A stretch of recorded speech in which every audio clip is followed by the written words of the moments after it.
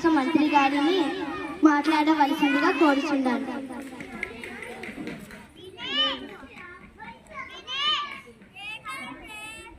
అధ్యక్ష, పది ప్రభుత్వ విధానాల వలన ప్రభుత్వ పాఠశాలలో చేరికల సంఖ్య గణనీయంగా తగ్గింది. అధ్యక్ష,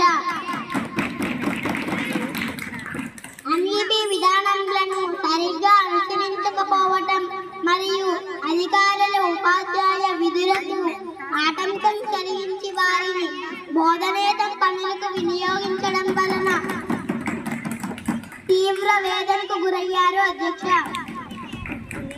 కానీ మన ప్రభుత్వం వచ్చిన తరువాత ఉపాధ్యాయులను కేవలం బోధనకే పరిమితం అయ్యే విధంగా చర్యలు తీసుకుంటున్నాం. అధ్యక్ష,